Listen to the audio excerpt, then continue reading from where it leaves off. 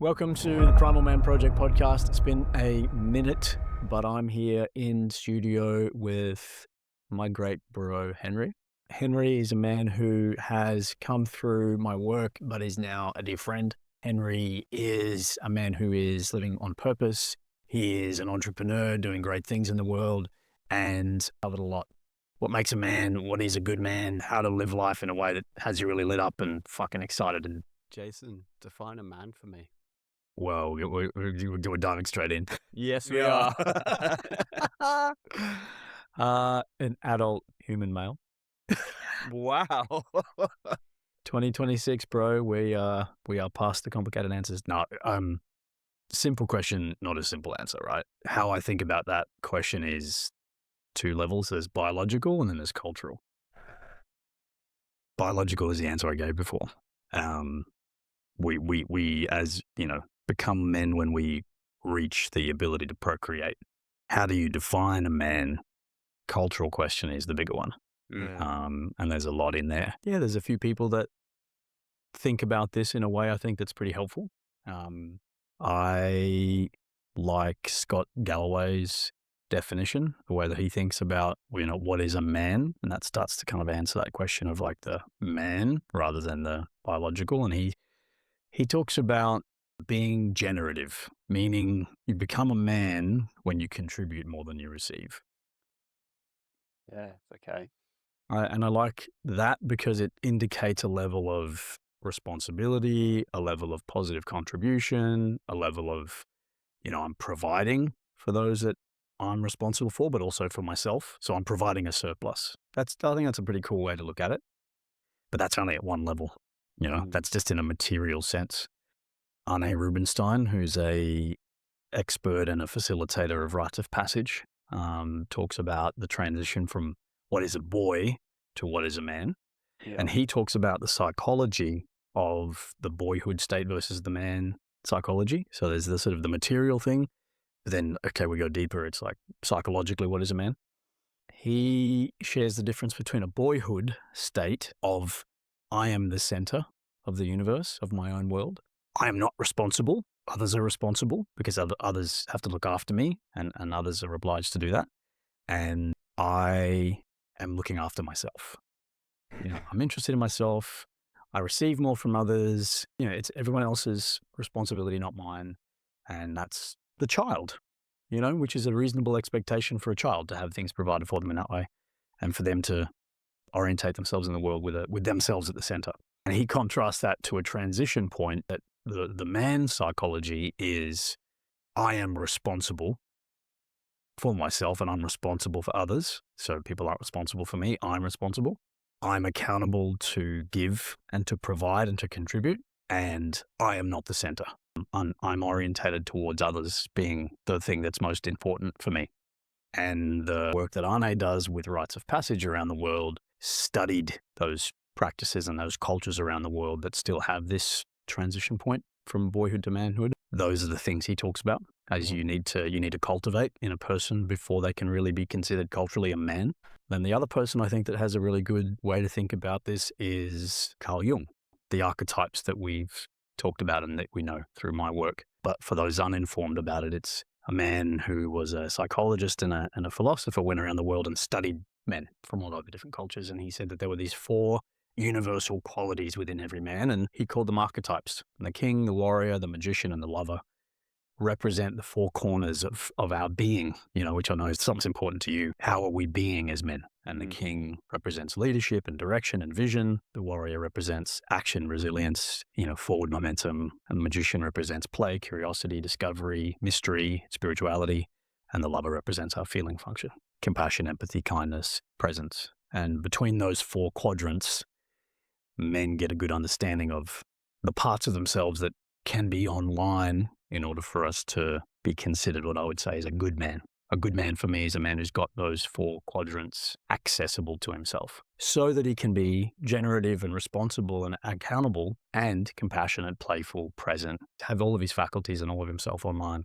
Yeah, it's not an easy thing to define, you know, in 2026, but I think those 3 different ways of looking at the same idea give us a pretty good way of understanding what we might think of as useful scaffolding to help orientate ourselves as we're building men, because that's really part of what I do. It's help men to understand that part of themselves that needs some guidance. When a man comes into the world, there's nobody that says, hey, this is what a man is. This is his responsibility. This is what he is expected to do. And I think that's a root cause of a lot of the challenges men have. We've never been less clear in human history about what a man is and what a man needs to be and what a man should be. Those three layers, I think, give us some pretty good ways to orient ourselves to help answer that question. And I'm still figuring it out. If I describe the qualities of a boyhood psychology, you can probably think of some people in your life who are adults.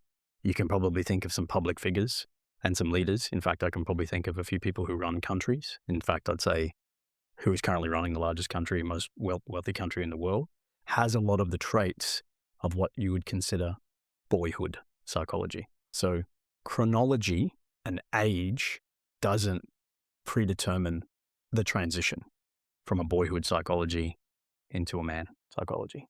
You know, you can look at the way that there's blame, there's narcissism, there's egocentric elevation of self-importance, there's a lack of accountability and responsibility, there's a lack of being able to put your hand up and say, I fucked that up and I need to do better. Those are the hallmarks of a mature adult man. And yet we don't see it in our leaders. We don't see it in our bosses. We don't see it in our fathers. You know, love them, but there's a lot of men and a lot of fathers out there that the process of becoming a dad does not necessitate you've evolved into a mature masculine psychology. So that's why cultures around the world since the beginning of time have created a structured transition process where a boy is taken away from the mother, away from self-centric, and taken into a situation where he's put through adversity and challenge and ordeal, given a guideline of what it is to be a man, what are the qualities we need to cultivate in you, and what are we expecting from you, and then brought into the world of the men. Only the men who already hold that world can bring a boy into that world. So only initiated men can initiate a boy because they themselves are the reference point. They are the example. They are the feedback mechanism. And they're the ones that then become essentially the scaffolding around which this house exists. So yeah, it's, I think it is one of the greatest current deficiencies in the global culture that we face in 2026. Men and the challenges that they're currently facing are an evidence of this, don't have a clear role. Mm-hmm. They don't have a clear framework to understand who they are and who they should be. And I think that's costing us. And I think the solution to a lot, if not all of the current challenges we're facing on a global level is actually the restitution of the healthy expression of masculine identity. If men operated in the way that they should, protective, preservation, provision, presence, responsible leadership as men of ourselves and others, I think the world would be a very different place. That's what I'm here for. You're showing it on your chest right now, how you go from being a boy to a man. From that, there's an experience, there's a point in time, and I think I'm looking at the world. And as you said, there's no defined time that anyone has to become a man. I even think maybe at a level, people go from school, or I went from school, Yep. and I went to a job. So I was basically looked after and told what to do in school, then looked after and told what to do in my first job. Yep. So I didn't have to really create a world. I didn't have to create anything. Yeah.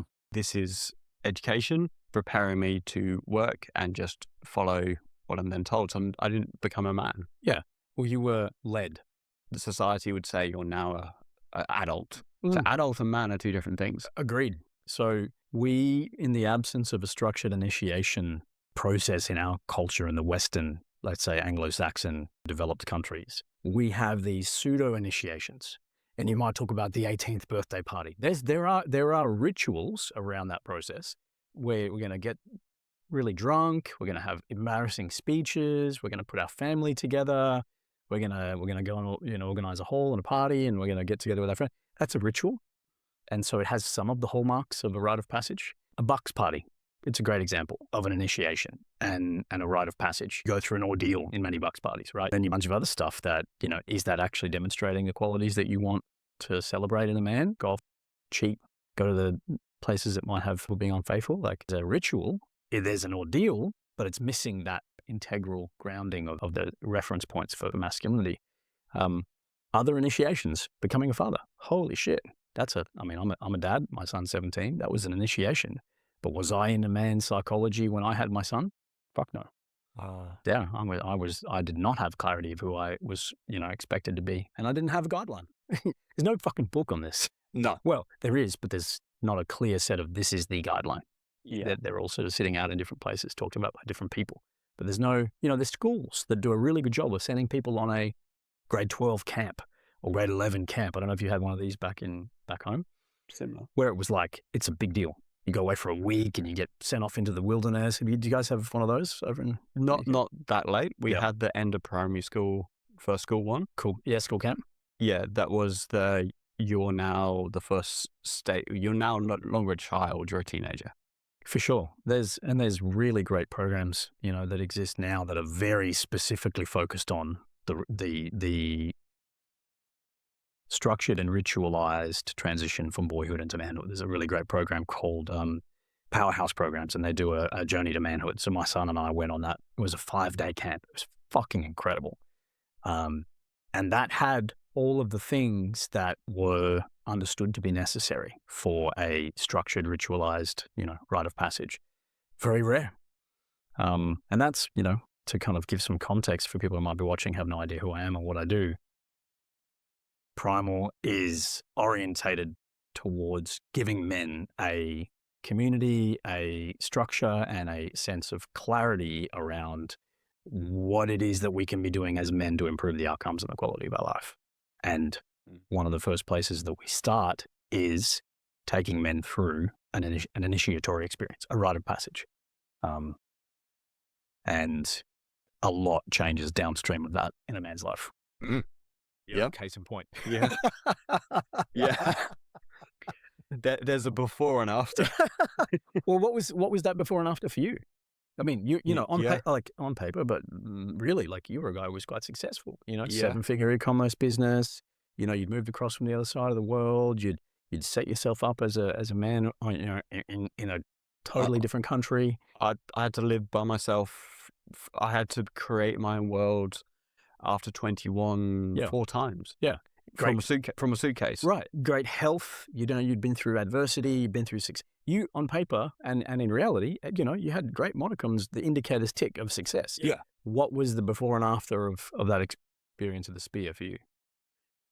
The before and after? I went from...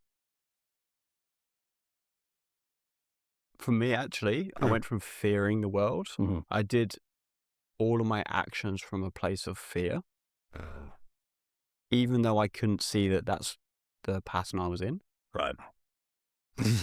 Because I had so many outer markers of success. Right.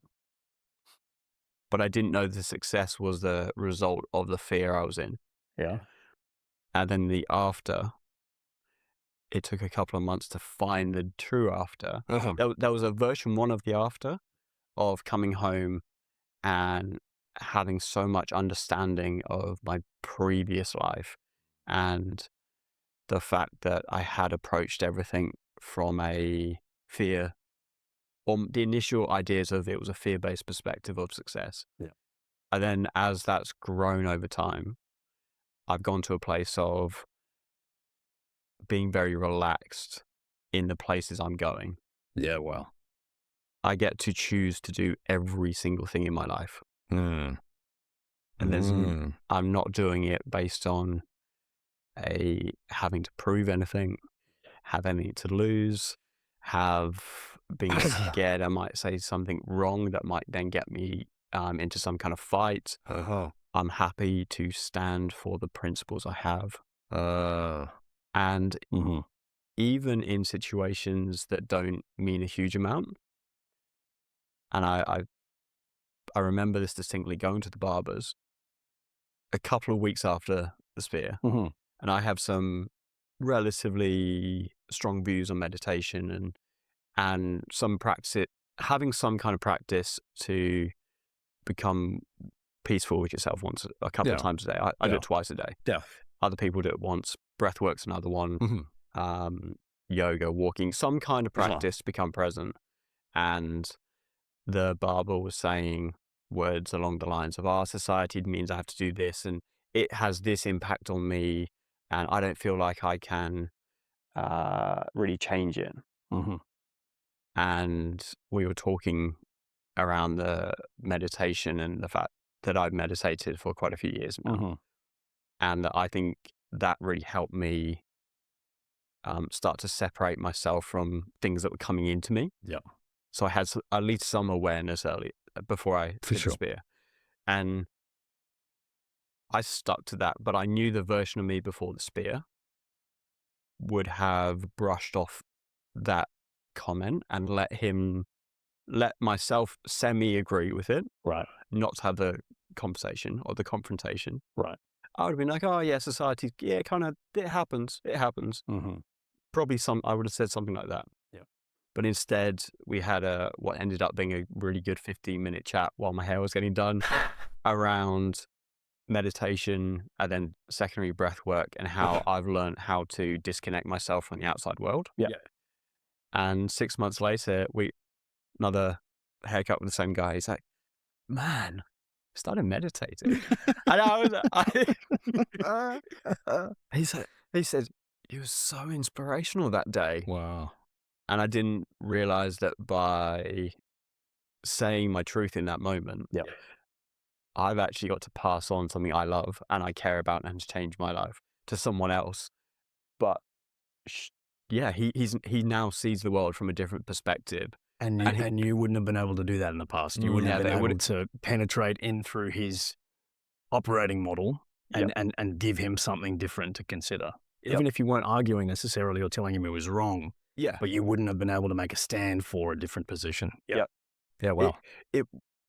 Lots of the things I would step back from, they weren't arguments. Right. But they were a difference of opinion. Yeah. Yeah. And I didn't have the ability to I didn't have the groundedness and the strength in myself just to say something. And because it's what I believe. Because you perceived it might have been conflict. It might have been you were somewhere there was going to be conflict. The idea of disagreeing with somebody, and having that difference wasn't something that you would lean into. Yeah. I really love what you said before about fear.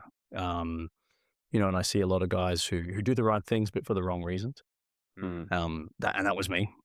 Before I got into the work that I do now. I don't know how much I've told you about this story, but I was programmed pretty early.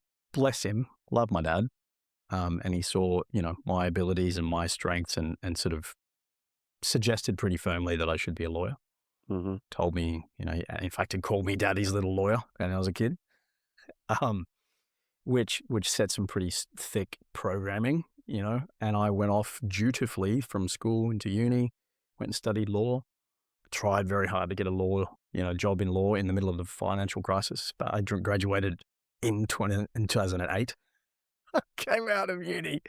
It was crickets, man. It was fucking tough. And I ended up getting a job in an adjacent industry. So I was in, the mining industry using my contracts and legal background to help negotiate big construction contracts. And, it was a good job, but, the fear in me or the obedient boy in me followed along with the instruction of, that I was expected to follow.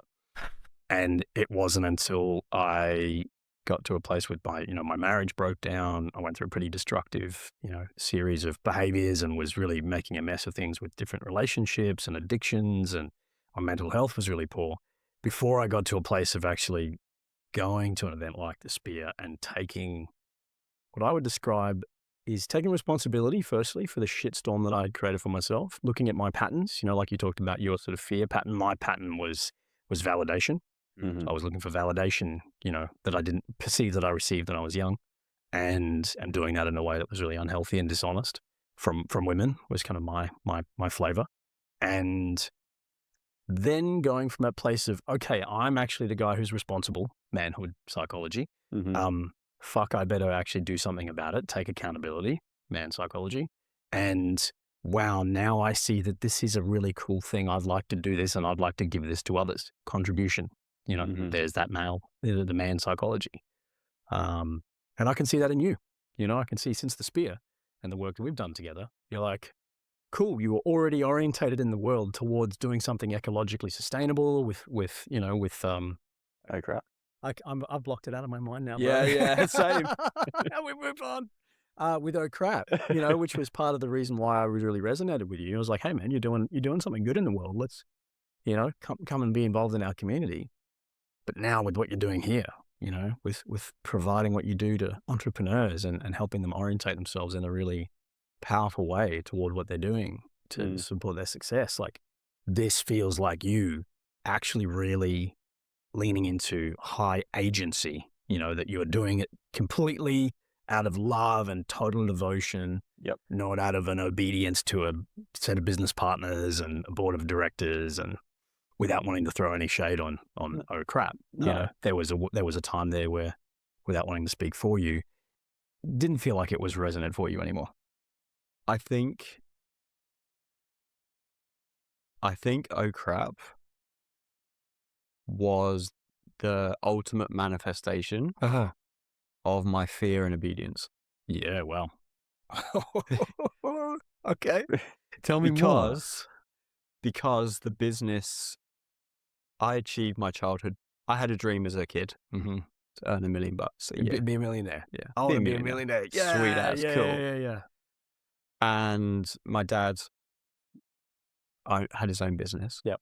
I didn't know how much money he earned, but let's say it was probably something similar to what oh crap was from what I can work out. Yep. Looking back these days.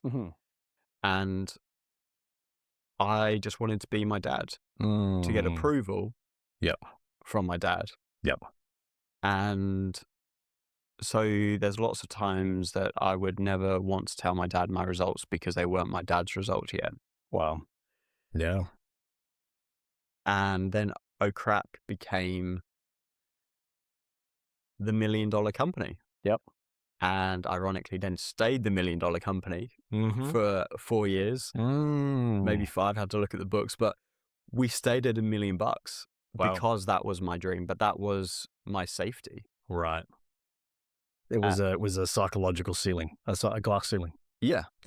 And I could talk about 10 million and I could talk about 100 million and all these other versions of it, but it's where I was safe.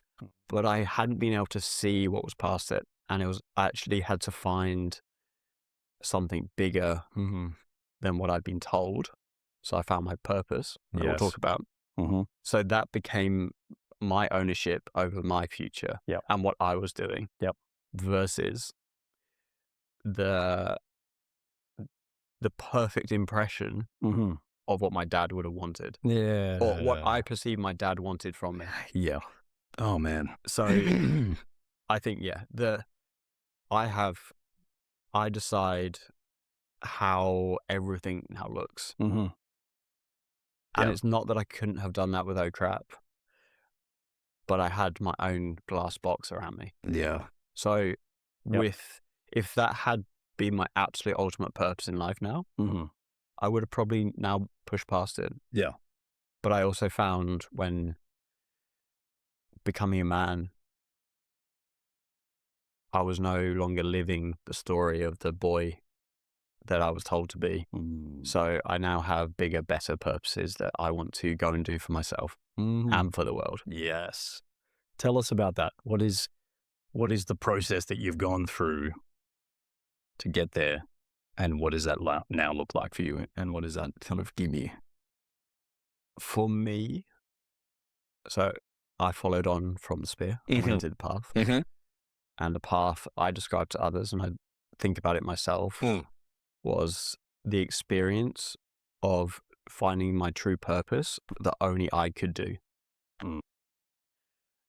And then understanding how and who I could have around me and how I could go towards that purpose.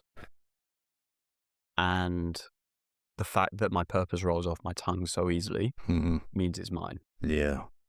And what I love is meeting other people who've also done that. and everyone can just say their purpose. And I think one differentiator I see between boys and men, men know where they're going. Boys were told what to do. Oh, snap. Fuck. And yes, in that experience of finding my purpose, it's pretty made everything else pointless for me to do. It means nothing to me. I have no energy for it. I have no interest. Yeah. And that did mean leaving what was a very successful, on paper, $1 million company is still top, couple of percent. I think in the Shopify world, we were the top 2% of companies that started in the month that we started. Amazing. We were there's definitely some of the glory numbers that people see, 20 million, 30 million, 100 million exits that people start companies and, exit for those. Really good vanity numbers, but like look at their life. Yeah. Look at what's their actual profit, what's their take home. Yeah. What are kind of margins they're operating with. Yeah. And ask them, like, are they actually happy? Yeah. Is it actually lighting them up? Man, I wish more people understood that there is something that is really available to them on the other side of discovering purpose. I wish that we talked about it more. Yeah. And I would love more people to understand that if you find something that is really yours and that it really calls you, and, the Ikigai framework that I learned about and, my teacher taught me and I teach so many men, what do you love? What are you good at? What does the world need? What can you be paid for? Put those 4 things together. And I've never felt like I've had a day of work in the last 6 years. Yeah. Genuinely, I don't see what I do as work. I used to have these arguments, probably too strong, but I used to have this kind of comment, like, or conversation with my ex-partner, and she was like, can you put your phone down? Like, can you just stop working? And I was like, this isn't work. Yeah. It's in. And it means that I have to be careful because it's got so much pull about it. And you and I are the same. You spend our weekends designing and building the systems that support, the things that we're building, right? Yeah. I don't have a day of the week. There isn't a Monday, there isn't a Friday, there isn't a Saturday or Sunday. Yeah. Yeah. That's the beauty of being an entrepreneur that's working towards and building a purpose or operating a purpose-driven business, right? Your life and your passion and your purpose and your income all sort of merge and blend into one. Like, you and I are good mates, but you were a client first. In fact, you currently are still a client, but then you come and contribute and volunteer on the spear. I wouldn't want to have this weird client service provider relationship. I wouldn't want to have those weird hats. We're part of a community together. Yeah. I have a role in that community, but so do you. That's what tribe is, which is one of the big parts of the things that I do, right? And I'm sure we'll talk about it, but like, who the fuck would want to have a world and a life where it was so rigid and set inside of a box when you can design it like it's a fucking empty canvas and paint whatever picture you want? In the world of 2026, there is no limit on people's ability and their ingenuity and their entrepreneurial spirit to offer the thing that they are most uniquely available and able to provide to the world and make themselves incredibly abundant and wealthy by doing something that they love that actually serves the world. I say this and I think more and more people are looking, will we force into experiential, human to human, experiential things? Yep. So an example of this is I went to a econ event last week. I got to speak as one of their main guest speakers, as someone who's been through the process of building and selling a company. Yep. And what I found interesting is the day before, they had a whole day on content. Mm-hmm. So in the past, the version of a conference like that would be sit down, listen to the speaker, talk for 6 hours about how to do content and some strategies and some social media. Yep. Go home and probably not do it. Right. Instead, because information can be found with AI in 2 seconds now, and probably better than most conferences are ever going to get. Yeah. Hey, Hamosi, what should I do? Yeah. Done. Yeah. He actually put a day, content was him getting a couple of camera crews in. Yeah. Execution. And all 20 of the e-com owners spent the entire day actually filming content that they struggled to do. Yeah, that's brilliant. With pros. I love that. And then day 2 was more of the talks back and forward. Yeah. My experiences, some AI stuff, some other stuff. But an entire day was them sitting in front of cameras and chatting. Yeah, brilliant. That I think says a lot to where the world's going. He said 2 years ago he would have got experts in. Yeah. But he can't do that now. No. Information has gone down to value close to zero. Information is so cheap. For $20 a month, you pay for a subscription to a service that provides access to every word that's ever been written and digitized in the history of humanity. That means information is no longer of value. The value is community, and the value is execution. And, that's what we do in terms of the community we provide in the roundtable. It's about the feeling of belonging that you have with someone while they're taking the lonely journey of putting their thing into the world, whatever that thing is. And it was you're an entrepreneur, here you are with your desk. My stand-up desk. Your stand-up desk looking out over the beautiful mountains, but it's a solo journey. Yeah, it is. And I don't know what the experience is like for you when we jump on, but it's like, I feel like when I get into even a virtual environment and then all my bros are in there, it's like, what's up? How you doing? What are you working on? Fuck yeah, this is cool. Where are you stuck? What do you need? Preceding the things that we get to do with AI, there is a deeper piece of guided discovery within self of what it is that, who the fuck am I? Which is a really esoteric question, but at the being level, as you talk about, what are the things that I value? What are the things that I enjoy? What are the things that I want in my life? And then from that place, what it is that I want from there, and then, okay, cool. That's hedonistic. It's like what I want. How do I serve? Yeah. And that's the piece that people don't get unless they get to a certain level of financial success. It's almost universal that when business owners, let's talk about wealthy people, get to a certain level of success and affluence, when they have more than what they need, there's a human instinct that kicks in to where they feel bored or fucking meaningless in what they do, and they want to find ways to find meaning. I wish it was better understood. The contribution is the fucking secret sauce to having a meaningful life. You said earlier, what was the before and after, of the spear, and then subsequently the path. I was bored in that crap. Yeah. I was bored in my successful company. Yeah. Yes, it's not the ultimate $multi-million version, but it was $1 million version of success, and I was bored. Yeah. And yes, there's a lot of other things around that. But one of the reasons I probably ended up in somewhere in this direction and working on these things is because I was bored. I'd achieved a level that could keep me sustained for quite a long time. Yeah. And I was looking for, then it became, who am I? Yeah. Not what the outer version of me is. Yeah. Well, if I think about, and this is, useful to put on the table here, is, I think about those 3 pillars, that we introduced you to, that I have that frames my work. It's, a man needs to be aware of his own power and what he's capable of, and the parts of him that he can have access to if he discovers those outer edges of really who he is and what he's about. So there's that sense of, I am powerful beyond my current perception. And I think everybody almost universally has this experience. It's your capacity is way outside of what your current perception is.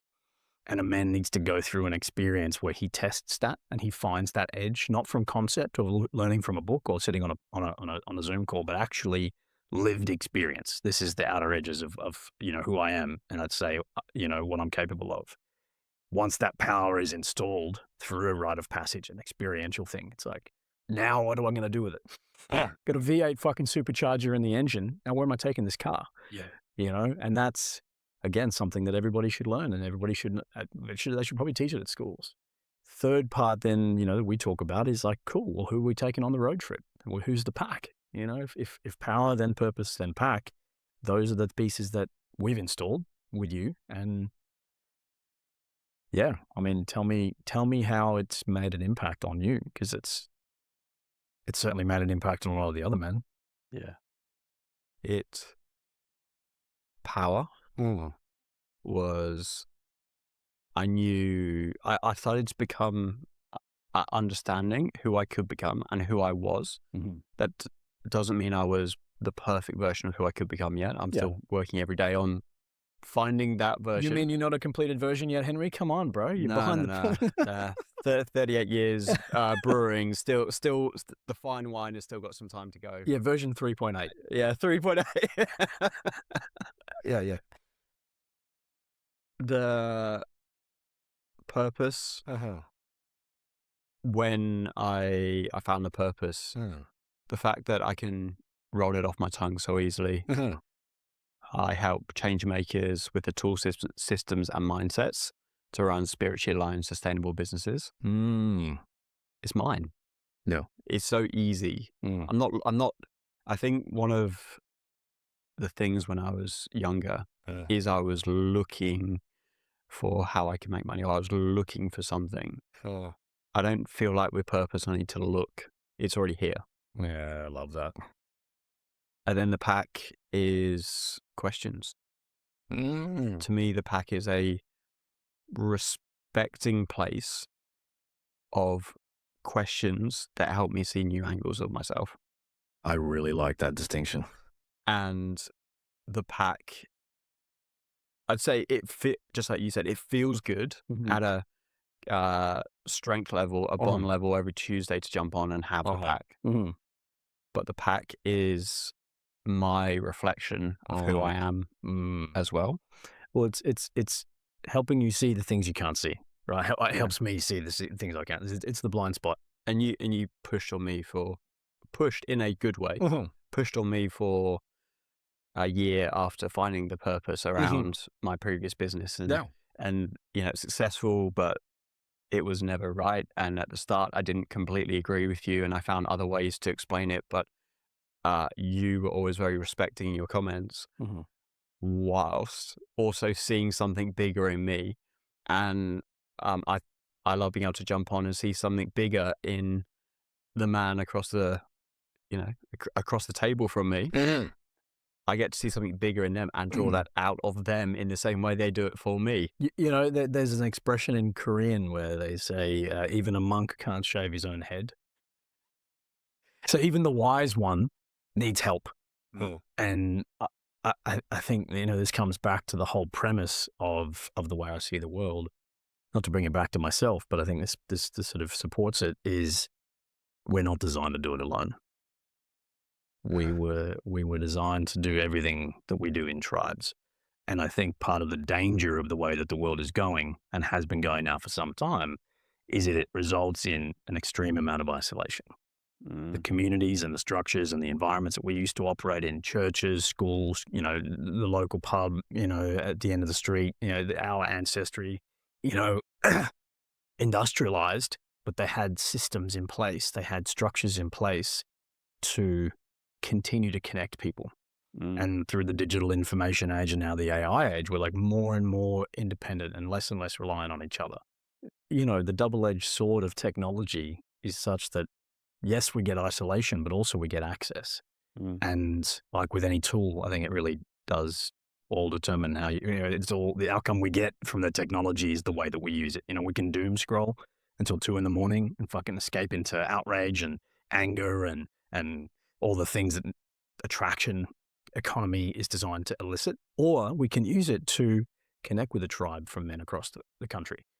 My phone, when I open it up, has all the WhatsApp chat groups from all the communities, and I see, guys in every capital city in our community that are organizing to go and play tennis, organizing to go and have a hike, meeting up for a camping weekend. These guys, they weren't connected otherwise. And it's one of the most beautiful things and humbling things about starting a movement that is essentially built around the idea of community and tribe, is seeing the connections that exist independently of me. You know, when I overhear people making plans that don't involve me, I'm like, yes. Hey, let's go and do a thing. Let's go to this. He's like, yes. I'm not invited. Yes. Because it means it's not in my effort. It doesn't require me.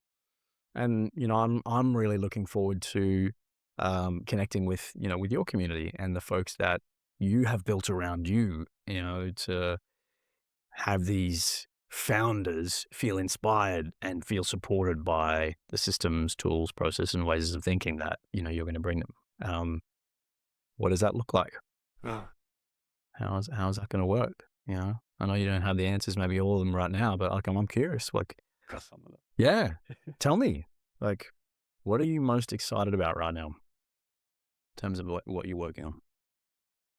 I am most excited currently to truly learn the things that multi-million-dollar founders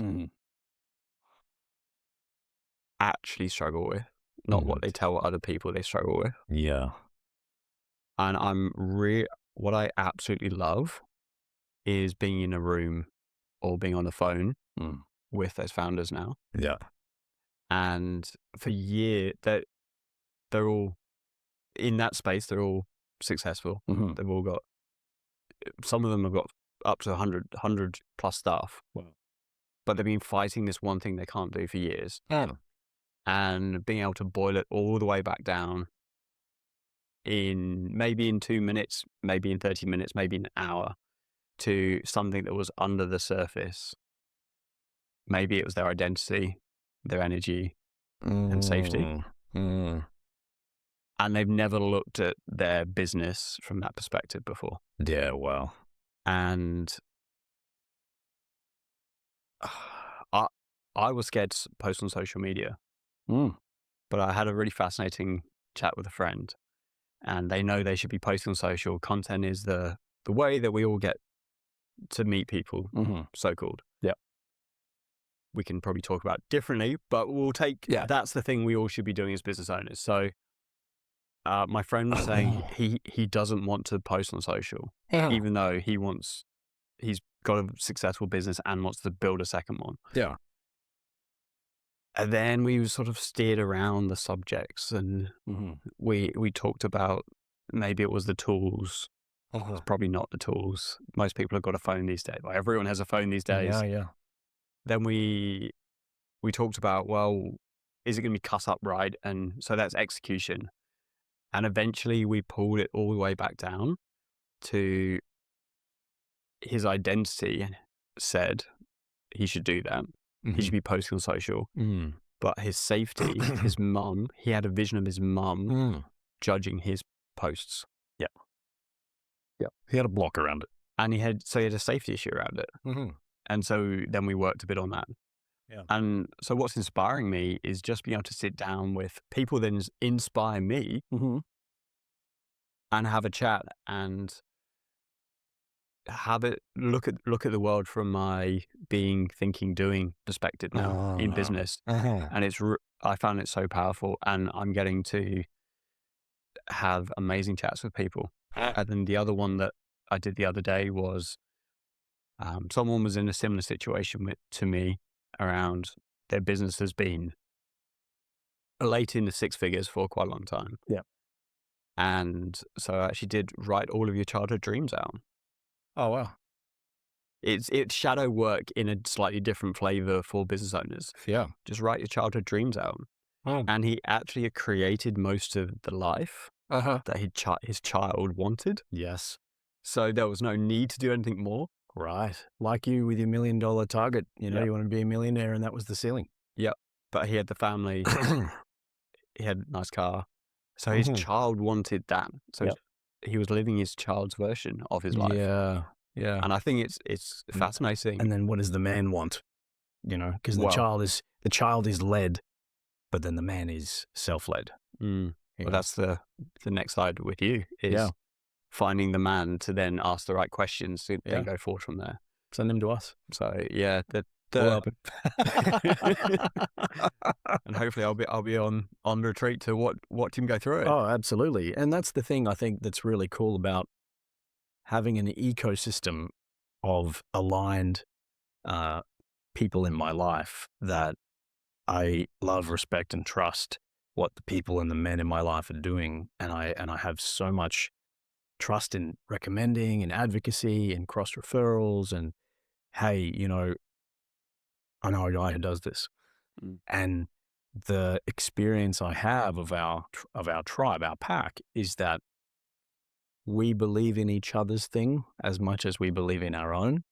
And we are here to advocate for, support, and move forward for each other as much as we are for ourselves. And that's, you know, like the work that you do on the spear with the content and the music and AV and the lighting, and like our last spear was just immaculate. It was immaculately produced. And, you know, like I love that you are willing to do it, but I also see how much it serves you to be in service. Yeah. You know, without speaking for you, I see how lit up you are. Yeah. You know, Yeah. in there.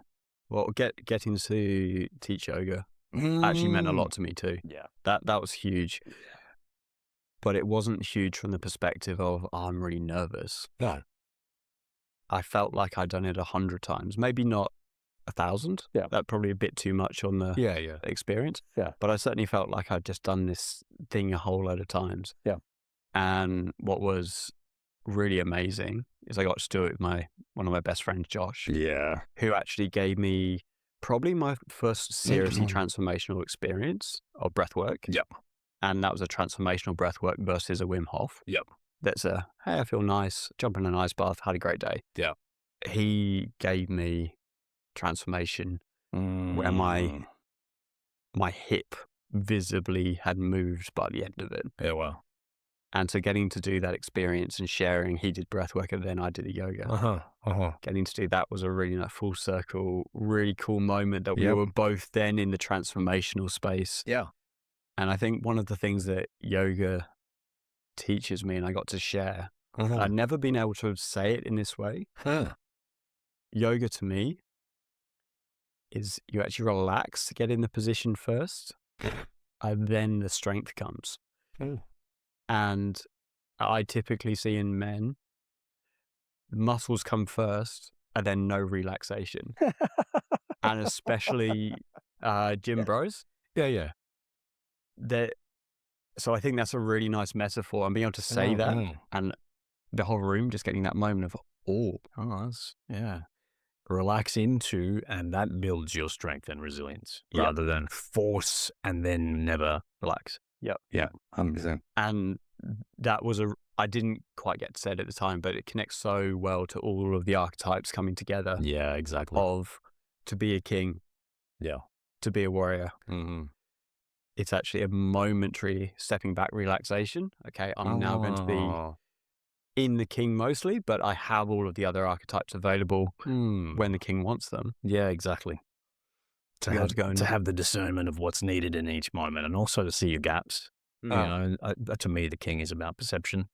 But yeah, I mean, just to talk on that point specifically about, you know, the contribution that you and Josh made in that moment, you know, for me, represents the ability for tribe to co-create and co-contribute to each other. And somebody said to me that they really appreciated and valued how much space, I afford others to bring their thing into the fold in terms of the spear. I think that's the only way. Like, who the fuck wants to be the only dude standing out the front running the whole show and then having everything on his own shoulders? I certainly don't want that.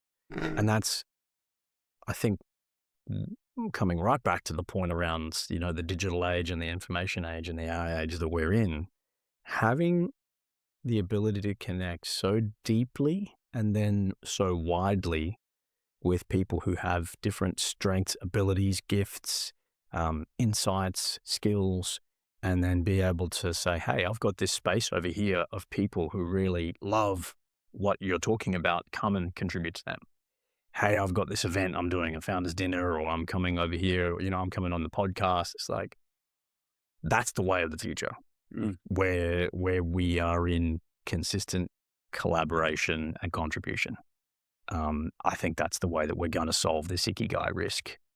And I think it's also a way that we're going to create incredible abundance, because if everybody's in the lane that we really love, we all get to be lit up. Lit the fuck up. And I come in the spiritual community, people are called light workers. Yeah. And I see that as quite a manifestation of, they are light. They are light and they can give things because they're in tune with something. For sure. They are illuminating a thing. Yeah. Yeah, which I really love.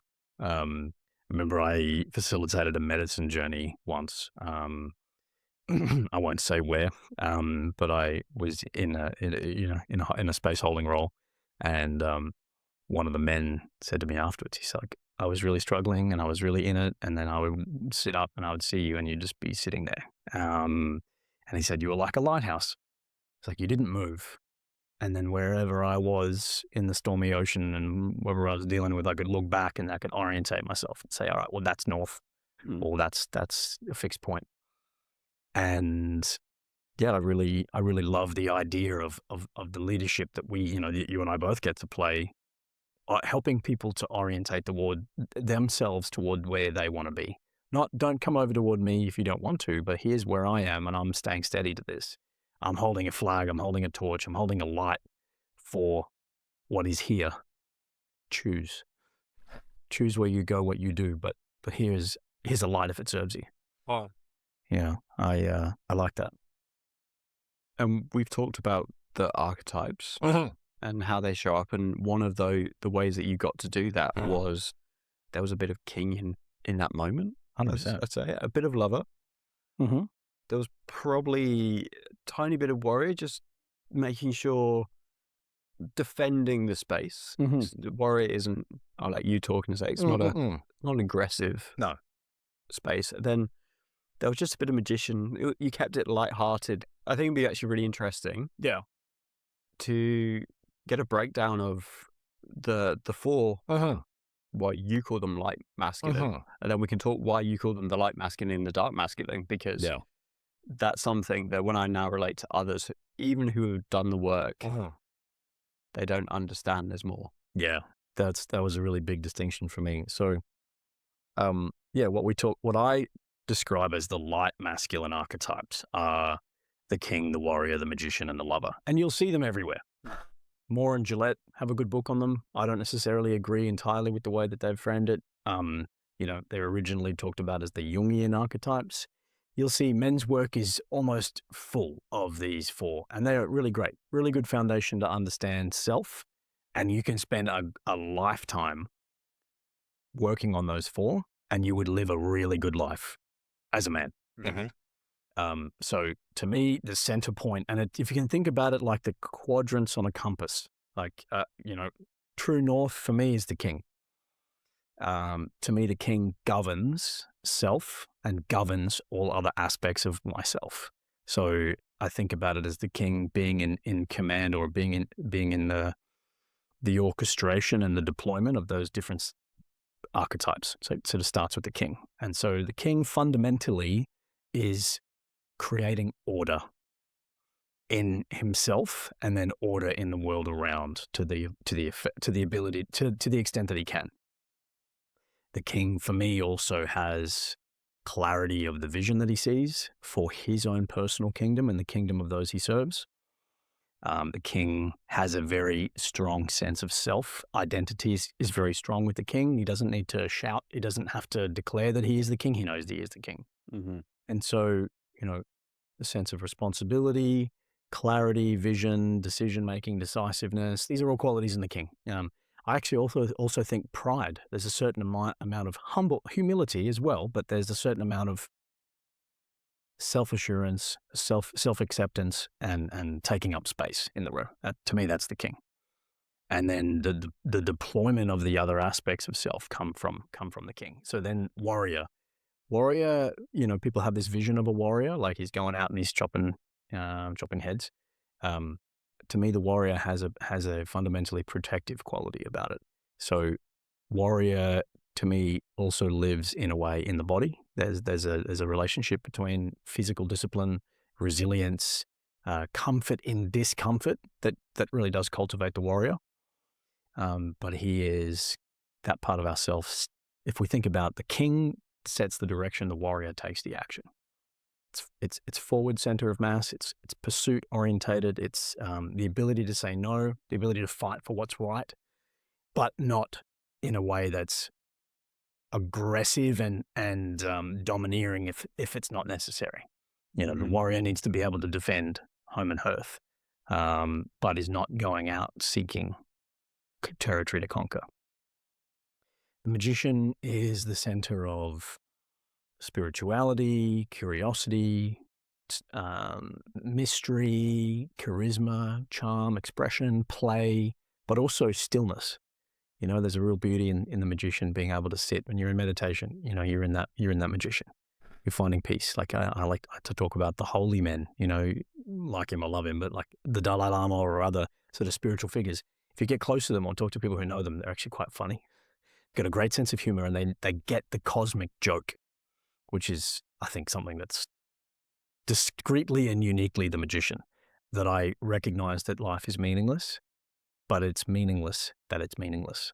Yeah. And if you can find that place in the stillness in between those 2 points, and then you're like, that's the magician. Yeah. Creativity, like the things you do, so much magician. I'm going to bring something out of the ether and I'm going to create it. You know, ideas, businesses, entrepreneurship, a lot of magician. Lover. People misunderstand the lover. They think it's just in romantic relationships. It's actually not. It's one expression. The lover for me is around the feeling function. If I can feel, I'm in my lover. And so I can be present with the emotion and experience it and have access to it. And whether that's, you know, expressing empathy, kindness, compassion, love, you know, affection, that's all lover. But also, you know, I can be hurt. I can be angry. I can also have all of these archetypes out of balance. You know, the lover, when it sort of goes too far, is actually addicted. You know, it's addicted to pleasure. It's addicted to experience. It's addicted to sensation seeking. And all of these archetypes have their, I suppose, dysfunction. Magician, when it goes too far, is manipulative and deceptive, and you never know who the person is when someone's in a magician too far. Like that sort of sleazy sales guy. When the warrior goes too far, it's aggression, hostility, domination. When the king goes too far, it's the tyrant. You know, overbearing, controlling, obsessive, like dispassionate, stoic, too far. So that's the foundation. The bit that I recognized was missing when I went through my initiation and I learned about these 4, there were parts of me that I recognized were irresponsible expressions of myself, like addictiveness around relationships and pleasure and dating and women and, you know, being dishonest. And I was like, okay, cool. I need to rein all that back. But as I kind of found my center in these 4 quadrants of these archetypes, I'm like, where does eroticism live? Where does seduction live? Where does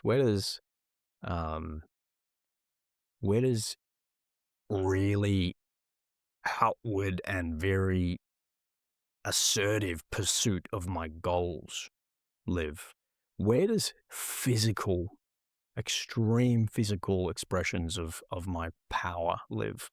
Where do my deeper, darker inclinations to discover parts of myself that are a bit maybe taboo and untouched, where does that live? And I didn't find any clarity in those 4. And I began to explore the edges. I brought together the different quadrants in combination. Kind of asked that question. I was like, what is the lover and the warrior? What is that? If you put those together, like I love my woman, but sometimes I want to destroy her in the best way. Like I want to ravage her. I want to claim her. I want to bite her while in the throes of lovemaking. And she loves it. And she wants that too, you know. So where does that live? And I recognized that there were interrelationships between these dynamics and archetypes that resulted in an additional 10.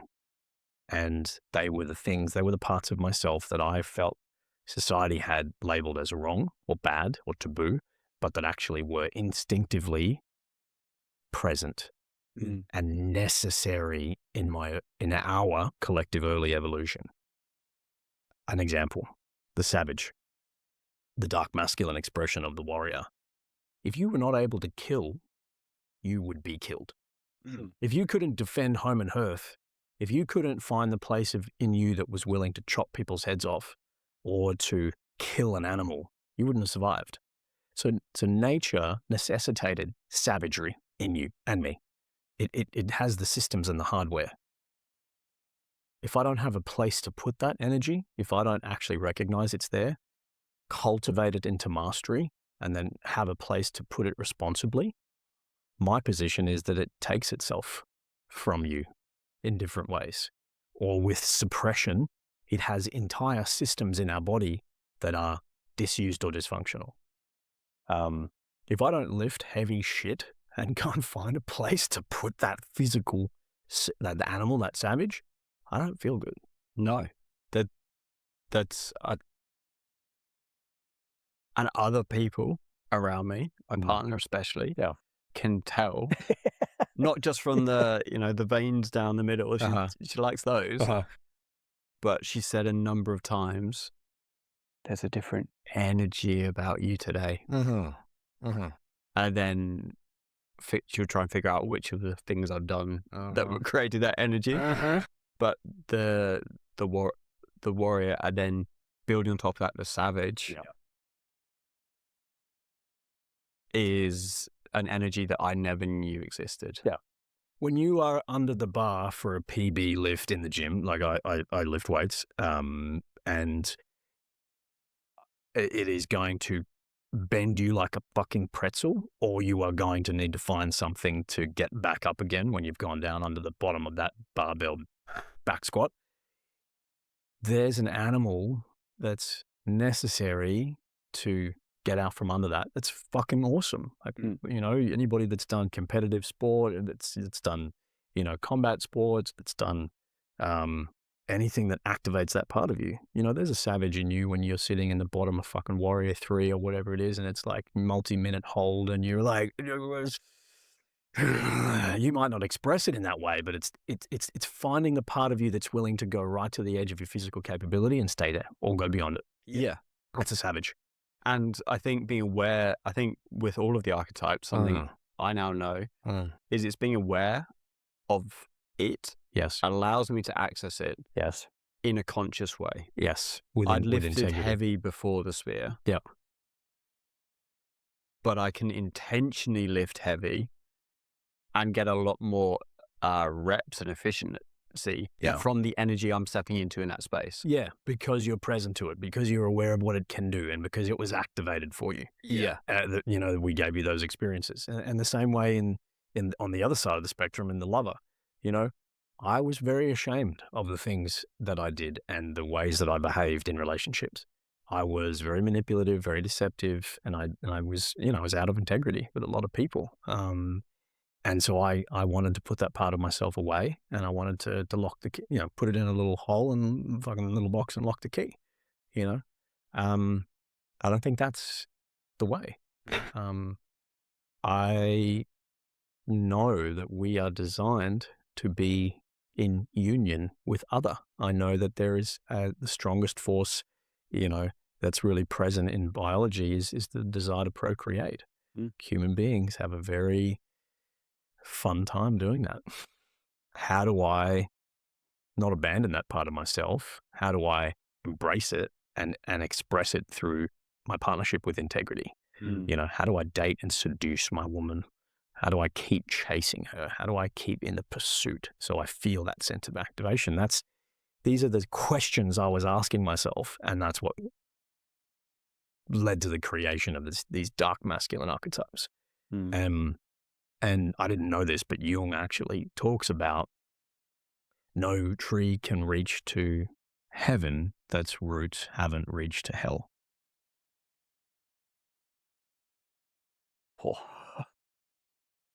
And that epitomizes for me the discovery, the acceptance, the embodiment, and then the expression of the dark masculine archetypes. That I need to find those darker parts of myself. I need to accept that they're there. I need to learn to embrace them without shame. And then I need to place them into where it's appropriate in my life. And from that place, men can operate in a much more powerful way. They can be more confident. They can be more assured of themselves. They can operate with more awareness of their own capability. They can feel a lot less shame. They can release the fear. What if I don't get accepted? What if people don't like me? What if the fucks tend to go down? Like the fucks given. The other kind of fucks tend to go up in the best way. Yeah, so that's the light masculine, dark masculine paradigm, and those two elements together are what we believe represents a good man. Jordan Peterson has this quote. He's a harmless man is not a good man. A good man is a dangerous man who has himself under voluntary control. And there's actually a lot in that quote. It means that the absence of the ability to do harm means that when you don't do harm, it's not a virtue because you didn't have it to not use it. So if you don't have a sword, not using a sword doesn't mean that you're good. I have a sword, I know how to use it, and then I've chosen not to use it. That's a virtue. That's restraint. That's a good thing. But if I didn't have a sword to use, I'm not being restrained. I'm not restraining myself. I don't have it. So in that way, men need to have an ability to access the darker parts of themselves. 1, so they know it's there. 2, so they can have it under control. And 3, so they can deploy it where it's necessary.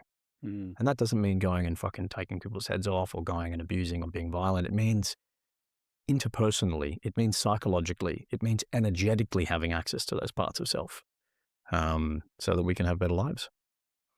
Protect and care for the ones we love and have some fucking great sex and find the deeper, darker parts in ourselves and go on unashamedly do things like take plant medicine and get our ass absolutely handed to us by ayahuasca or the mushrooms and learn all the ways that we fuck up and how we can just cry ourselves into a pool of snot and snivel and fucking crying in the fetal position for 6 hours while psychedelics tell us all the things that we did to fuck everybody else up. So I'm just playing out some of my own experiences now. Yeah. I wouldn't have done any of those things. I wouldn't have gone and found those parts of myself if I wasn't willing to say, hey, the dark parts actually deserve some space here. Yeah. And in that, you could dive into so many parts of that. That's an endless conversation. Yeah. One of them you have brought in there, though, is women. Yeah. The feminine. The lover, the seducer. And I know one thing that you share is men can unlock men, but there's certain things in a man that only a woman can unlock. Absolutely. What do you mean by that statement? Yeah. Look, it starts pretty early when we grow up as boys, where we're generally speaking the primary caregiver role is a woman. And, psychology is pretty full of lots of different interpretations of that and the relationship between a boy and his mother. But my experience is that those imprintings of the primary caregiver role really do set up a reference point for how we consider our early romantic relationships and how we accept and receive love, how we consider things like physical affection and also the ability to access emotions. So I mean, my teacher, Murray, used to say, and I tend to resonate with it, is that the mother has a backdoor in a man's psyche, that his mother essentially created an imprint in the way that he considers the world in respect of love and relationships. So in order to facilitate healing or resolution of challenges that you have around relationships as a man, there's a lot of unique insight and things that we can receive from being supported by women in that. So I think the thing you're alluding to here is that we go away on the spear with this rite of passage. It's really around masculinity. How do we find and discover and embrace our own power? But that's only part of the ledger, right? That's the masculine. We also need to then go out into the world and relate with the feminine. 50% of the world. 50% of the world. And yeah, we went through delivering the spear for years and years, not years and years, for 3 years. And men would go back out into their lives and interact with their wives and girlfriends and partners and say, kind of overshot the mark. Yeah. Went home and swung the sword, or, wow, I went this way or that way, and we need to calibrate. So I recognized there was this gap. And so I developed the polarity to the work that we do on the spear, which is to create an experience for men to heal our relationship with women, because we've all got stuff, all of us. We've all been hurt in the past, whether that's in childhood or whether that's in past relationships. We all have stuff that we're carrying. And there are very few places to really genuinely give that space to be resolved and to heal. We're getting pretty sort of woo now, but I believe in the Western world, are very imbalanced and very disrupted around the natural equilibrium between men and women. For a very, very long time, men and women needed each other, like needed each other. We couldn't exist and survive without the equal contribution of what we both uniquely brought. We're not in that world anymore. Neither one, in a romantic sense or in an interpersonal sense, needs each other. Yes, if you look at the world, the physical world, it's built and maintained by men. So yes, in a remote sense, a woman can't exist in the Western world without the efforts and the fruits of men and their labor. So putting that aside, how men and women relate to each other is something that's very fractured. And what we do on this event, the Grail, is we work to restore that. Restore respect, restore reverence, restore, regard, and have each other held compassionately, seeing each other's side of the story. And yeah, through that process, we bring men and women into a more natural state of union with each other, because we can't do it without them. Yeah, No. It's an event. It's an event that's got a really special place in my heart, and I'm really looking forward to having you and Lisa there in August. Same. It's gonna be really special. And that's something. I wanted to do the one last year.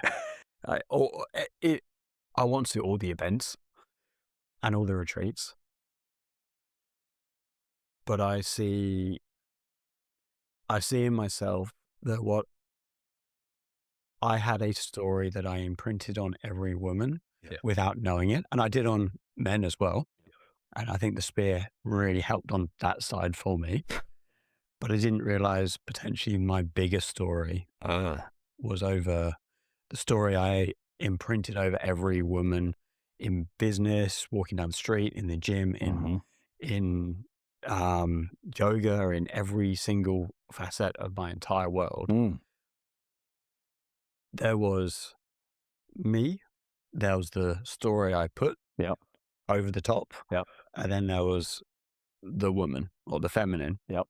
And I could never see, from my experience now, I can never see the depth of being of the feminine. I didn't know it existed. And something I only realized a few weeks ago is I was talking to one of the women in our network.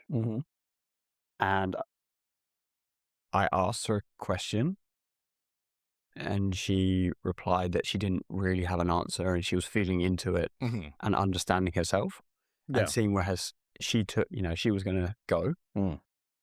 And I realized I had never spoken to a woman, and I've always spoken to a woman and expected a male answer from a woman about direction, purpose, where they're going, what plans they have.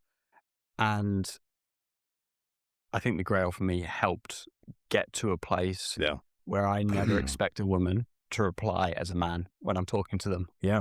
And that's about regard and reverence. Like, if I can have a man really regard a woman's experience, it's actually not thinking about self anymore. It's about thinking about other. And if I can have a woman respect and receive a man, those are the two fundamental energies that men and women exchange if we are in right relation, in my experience. A man wants to have his contribution received. And even if it's just helping a woman carry her bags from the supermarket to her car, doesn't want or expect anything in return besides have his contribution received. And don't know how many women are watching this, but if I could have her, like, women leave with one key idea: men want to be received, and it doesn't need to be sexual. In fact, most of what we want to have received is our provision. We want to be able to fulfill our biological and instinctive imperative to provide. And if we can just have that one moment of like, can I help you? Ladies, let a man help you. Just let him help. Let him help, and that's gonna make his day. And that's receivership, and then respect. Men are geared and designed to pursue success and status in order to signal to a woman his ability to provide for her. And that means where he stands in the social order is something that we're biologically hardwired to consider. And a woman who understands that, who gives a man respect in the way that she speaks to and treats him, will have him feel so much more powerful. The Grail is the result of a decade of my mistakes and fuck-ups and places where I was out of integrity and places that I have learned just so much, just humbly putting myself to the floor, just going, I fucked this up in the worst possible way. Like, what can I learn from this, and how can I do it differently? And doing that over and over and over again. And I know that men and women we are out of alignment. We're out of the right relationship that we had in our ancestral and early times. And there is some beautiful ancient wisdom that can help to orientate ourselves to be in a much better state of balance between each other. And the vehicle that we use in the Grail to do that is a beautiful story, right? Of one of the knights of the Round Table, Perceval, which is one of our Western mythology's primary myths. Like, it's one of the founding stories that Western psychology is actually based on. It's the original hero's journey, the OG hero's journey, before Star Wars, before Lord of the Rings, before any of the myths that we hear of. It's the story of a man who discovers himself through his initiation by the feminine. That he is initiated into himself, into discovering his feeling function, and to restoring balance in the land by his relationship with the feminine as it initiates him. And I'm not supposed to have favorite children, but the Grail's like low key my favorite child. And you have to do the spear in order to do the Grail. Yeah, because you need the foundation. I don't think if I had just gone to the Grail, I would had understood any of the Grail. I don't think I could understand women without understanding myself first, being a man, as a really simple way to explain 100%. That. I also won't let men anywhere near the women unless they've done the work, unless they've earned the right. So we have women on crew, and they are dear sisters, and I am so protective of them. I want to bring men into the environment of receiving from those beautiful women what they provide there, after having cleaned themselves up and done the work and gotten into right relationship with themselves. And that's because I know how much work there was to do for me. You know, when I stepped into my first rite of passage, I was a fucking shit show of a guy.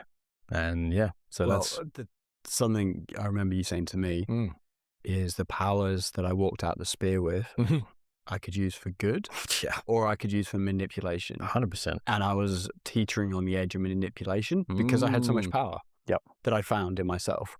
Yep. And the Grail had showed me the other side of how that manipulation might have been received. Yeah. But also allowed me to be able to see the full beauty. It's the Grail's like the spring of being able to see the world. Yeah.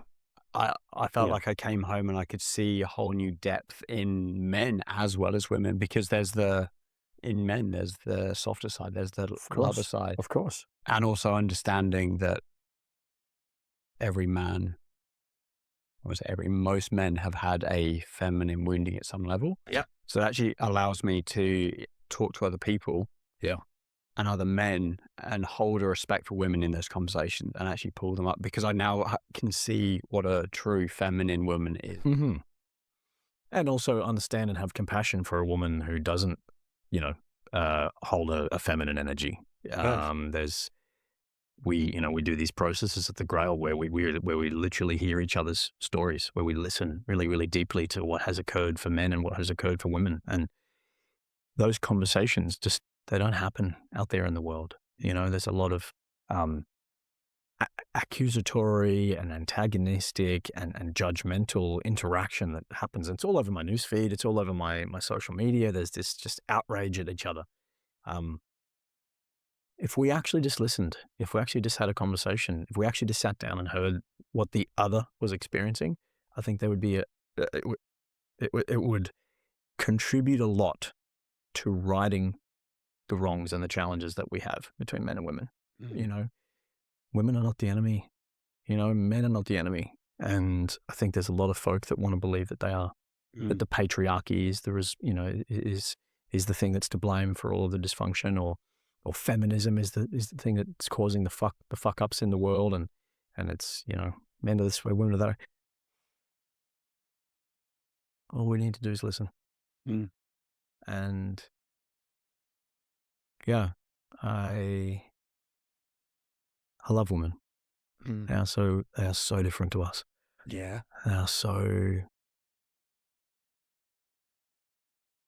intuitive, so deeply compassionate, so perceptive of things that for many men we don't see. And there is a real gift when a woman has access to those things within herself, when she embraces those parts of herself that she is uniquely positioned to offer. And that doesn't mean that men aren't compassionate or intuitive or insightful.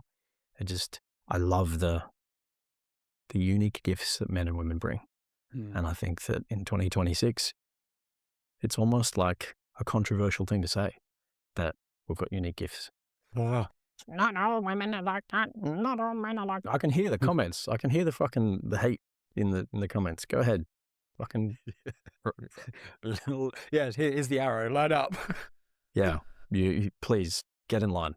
And if we stopped pretending that we didn't have really beautiful and different qualities, then I think we'd actually be a lot happier if we could just accept. And yes, not everybody. It's okay. Yes, not all women, and yes, not all men, and that's okay. But the bell curves they have overlap in qualities, but they are, the bells are set apart statistically when you talk about different traits.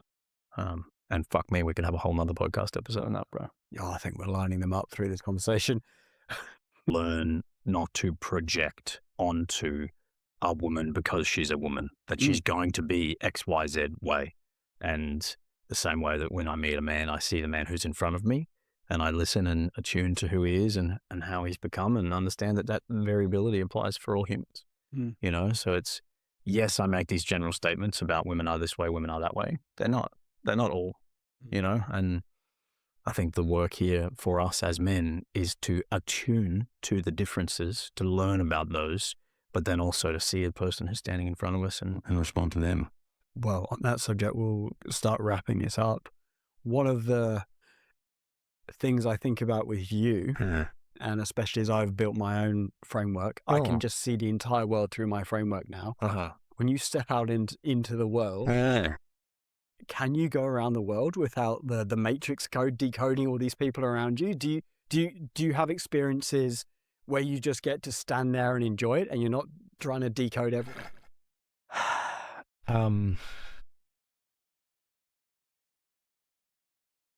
I see it if I am looking for it.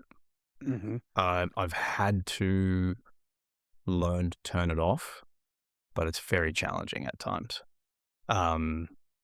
Just with the number of reps that I've put down, thousands and thousands and thousands of reps of stories and interactions and understanding and decoding people's behavior and the root causes behind them and how they operate and how they're showing up. I get a pretty good read on a person pretty quickly. And I also have a very strong attunement to people's language and the things that they say and what it conveys. And having such precision in the way that I choose to communicate means that it sounds like when you're playing a piano and goes, when someone uses words that signal something very differently to what they say, or are using words that signal very clearly to me what their underlying beliefs is. So in a way that if I was listening to a piece of music, I couldn't ignore the key that's out of key. I can't ignore and can't turn off the sound of the way that a person conveys. Doesn't mean I'm going to do anything about it. And I have to continue to be in a practice of in compassion and love, and I can see those things. It's like, imagine if you were a mechanic and you were driving around and you were listening to cars and you could hear that. I can hear that in a person's words. I can see that in how they're driving the car of who they are. I can see that it might need some maintenance. bit of oil in the I can see and hear and probably know what it would take and what I would do to help them to remedy that. But it doesn't mean I have to be their mechanic. Yeah. And you get to discern sometimes that there's the old Toyota that's been around for 20 years, and sometimes my understanding is that you do select who comes on the Spear. For sure. You do select who comes on the Grail. There are some Toyotas that have been around and they are too far gone to repair. I don't work with all makes and models. You don't work with all makes and models. That's it. I think you're very best placed to work with a man who's at a particular level and a particular place in his life. You know, if a man is in a deep state of distress or he's got really significant addiction issues or mental health challenges, he definitely should get some help. But it's not us that are best placed to do that. And that's deciding. That's discerning. You know, the kind of vehicle that I want to work with and that I can help. I could help a lot of them, but I know I'm best placed to work with those ones. Yeah. And anyway, I think there are other groups or other men's groups. There are different men's groups for different people as well. 100%. Yep. And I'm never, I don't want to turn men away. I want to send them somewhere I think is going to help them. Yeah. And that's something I know about you is you're interested in people because you might know if it's not you, somewhere they might better fit and might be interested. Every man deserves the things that I've received to help him improve himself in his life. Yeah. I'm clear about that. So we'll wrap this one up. Let's get some steak. With a bit of a philosophical question. What does living an absolutely awesome life mean to you, Jason? Doing what I love for people who I care about in a way that affords me the freedom to choose a life that I want to live, surrounded by people who see and celebrate me and appreciate me for who I am, people who care. That is a life that sounds amazing. Yeah. A life I see you living. Thank you, bro. Where can people find you? Couple of socials, website? Yeah, Instagram, probably the easiest way. Primal Man Project. DM, if you'd like to reach out. I monitor the page. People can actually have a conversation with me if they're interested in finding out about the programs. We run a 3-day retreat called the Spear. We run an online program called the Path, and we have a mastermind community called the Round Table. All those details can be sent if you're a man who wants to improve his life. Come have a chat. Thank you very much, Jason. Thank you for being. Yeehaw.